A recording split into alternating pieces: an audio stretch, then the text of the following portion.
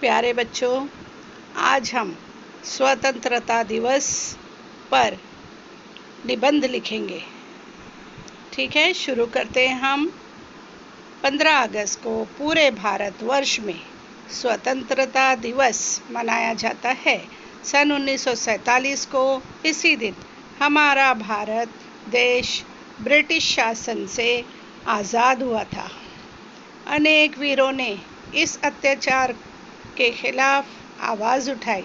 महात्मा गांधी, पंडित जवाहरलाल नेहरू, लोकमान्य तिलक, नेताजी सुभाष चंद्र बोस, मौलाना आज़ाद जैसे कई स्वतंत्रता सेनानियों ने आज़ादी के लिए अपना जीवन समर्पित कर दिया।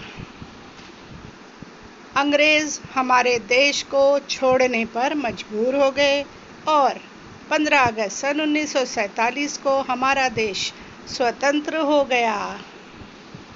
हर साल 15 अगस्त को हमारे प्रधानमंत्री दिल्ली के लाल किले पर राष्ट्रीय ध्वज फहराते हैं। इस कार्यक्रम में कई भारतवासी भाग लेते हैं। प्यारे बच्चों, ये था हमारा हिंदी का निबंध। हम दूसरा निबंध लेकर जल्द ही आपसे मिलेंगे। बाय।